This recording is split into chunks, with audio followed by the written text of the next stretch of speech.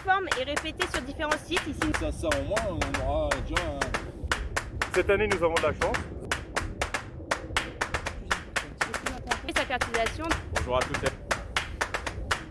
Bonjour à tous. Ah, regarde, c'est quand même.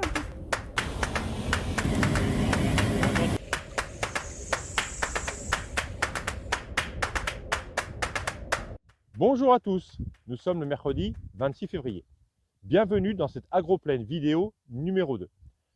Dans cette agroplaine, nous allons aborder plusieurs sujets. Premier sujet, nous allons parler céréales, en regardant le volet désherbage, surtout pour les blés, et ensuite fertilisation pour les céréales.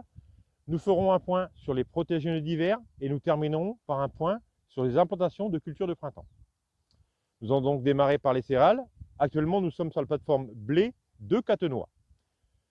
Depuis un petit moment, nous avons beaucoup de questions sur le désherbage des blés. En effet, beaucoup de parcelles ont été semées autour du 15 novembre jusqu'au mois de décembre et certaines ont été désherbées partiellement ou pas du tout. Que faire dans ces cas-là? Premier cas, les blés n'ont pas atteint le stade 3 feuilles.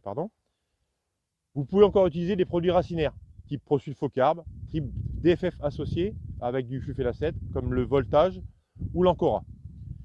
Toutefois, il faudra faire ces applications rapidement, avant fin février, pour ne pas avoir de problème de persistance avec le DFF pour implanter des cultures type colza derrière les blés ou pour des couverts, parce qu'on pourra avoir des problèmes de rémanence sur les cultures suivantes.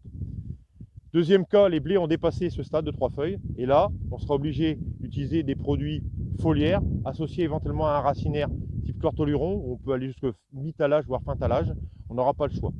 Et de toute façon, les graminées ont dépassé les stades 2 feuilles, donc on aura besoin de produits foliaires. Dans tous les cas, il faudra désherber avant de faire vos premiers apports d'azote. Cela nous amène à la fertilisation. Les premiers apports ont été faits ou sont en cours de réalisation sur les céréales, blé et orge. Aujourd'hui, si on fait un point à date des reliquats, chez Agora, à date, notre synthèse nous donne une moyenne de reliquats de 61 unités, réparties de façon homogène sur les 3 horizons, donc on a à peu près un tiers, un tiers, un tiers. Nous sommes sur une dose en retraite de 4 unités par rapport à la dernière, donc on va dire qu'on est sur une limo similaire à N-1. Donc, il faut toujours organiser sa fertilisation en tenant compte du stade et non pas du calendrier. Aujourd'hui, sur les blés à 3 feuilles, il n'est pas nécessaire d'apporter de l'azote, il faut attendre un petit peu. En plus, les coefficients d'utilisation à ces stades sont très très mauvais. De toute façon, sur les stades talage, l'utilisation de l'azote, c'est à peu près 50% de l'apport. Et ce qu'il faut prendre en compte aussi, c'est qu'un blé au stade talage, en pleine croissance, va vous consommer 2 unités par hectare et par jour. Donc si vous amenez 40 unités, vous êtes tranquille pour 20 jours. Donc nos conseils aujourd'hui, premiers apports, entre 40 et 60 unités sur les céréales. On va terminer par le soufre. Le soufre, comme pour le colza, un élément très lessivable. Aujourd'hui, il y a très très peu de reliquats qui restent au niveau du soufre. Donc pas d'impasse cette année sur les céréales au niveau du soufre. On vous conseille d'apporter entre 50 et 60 unités. Sans moduler, le soufre ne se module pas. Nous sommes à présent sur notre plateforme variété pois d'hiver de Catenois. Nous allons faire un point sur les pois d'hiver. Les pois sont aujourd'hui entre le stade 2 à 4 feuilles en fonction de la date de semis. Les implantations ont plutôt été bonnes. On le voit ici, on a des densité qui sont bien développées, pas de soucis. Et on voit que la plante sanitairement est plutôt très propre, donc nous n'avons pas pour l'instant de daiose ou de clostridium. Par contre, la surveillance doit commencer maintenant. Autre point de vigilance, la chlorosphérique.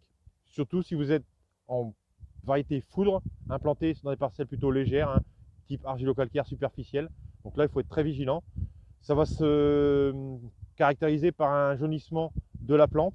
Dès que vous voyez ces symptômes apparaître, il faudra intervenir et ne pas laisser la carence s'installer. Sinon, vous risquez des pertes de 5 à 10 quintaux. Dernier point, désherbage antigraminé, puisqu'on peut démarrer les applications de propisamide Carflow des 3 feuilles. Donc on va pouvoir envisager de faire ces applications puisque les sols sont ressuyés aujourd'hui. Nous allons terminer par un focus implantation culture de printemps. Nous sommes actuellement dans des dates encore optimales de semis pour les 2 espèces, que ce soit de l'orge de printemps ou des pois de printemps. Jusqu'au 15 mars, il n'y a pas de souci. Premier point qui est commun aux 2 espèces, il faudra semer sur des sols suffisamment ressuyés. Ça, c'est super important. Si on prend les pois de printemps, densité de semis 80-90 grains, pas la peine d'en mettre plus. Profondeur de semis, c'est important, 5 cm. Donc ne pas se mettre trop vite pour pouvoir respecter cette profondeur de semis. Désherbage, il est important de désherber rapidement après le semis, car les solutions de post-levée rattrapage pour les pois de printemps sont peu nombreuses. Orge de printemps, densité de semis, 250-350 grains en fonction du type de sol. Et plus on approchera du 15 mars, plus il faudra monter en densité, car pour faire du rendement en orge de printemps, l'objectif c'est d'avoir à peu près 1000 épis au mètre carré. Désherbage, si vous avez encore de la Valex, il est possible de l'utiliser sur orge de printemps jusqu'au 29 mars, et c'est quand même un élément important dans les stratégies de désherbage antigraminées. Fertilisation sur les orges de printemps. Si vous semez dans les jours à venir, vous pouvez opter pour la stratégie 50% au semis, 50% en végétation. Si vous semez plus tard, en se rapprochant du 15 mars, il faudra recharger l'azote au semis autour de 70% et 30% en végétation. Passé le 15 mars, par contre là, il faudra mettre l'azote en une seule fois au semis pour ne pas avoir de risque de manque d'azote en cas de stress hydrique. Enfin, pour terminer, 2 points de vigilance sur les cultures de printemps. Les labos reverdis. Vous ne pouvez pas faire de glyphosate sur les labos reverdis. Il reste toujours l'aspect mécanique, mais avec des conditions climatiques actuelles, c'est compliqué. On peut encore utiliser du Roundup dynamique en post-semis prélevé de la culture pour éviter d'éventuels repiquages. Dernier point, les limaces. Nous avons eu quand même un hiver doux et humide. Donc il est important de poser des pièges dans le parcelle où vous allez mettre des cultures de printemps afin d'estimer les populations de limaces. Les interventions préventives seront toujours plus payantes que du curatif. Pour plus d'informations, vous pouvez contacter votre technicien ou consulter l'Agroplaine sur l'extranet de la coopérative. Je vous donne rendez-vous pour un prochain Agroplaine vidéo. À bientôt.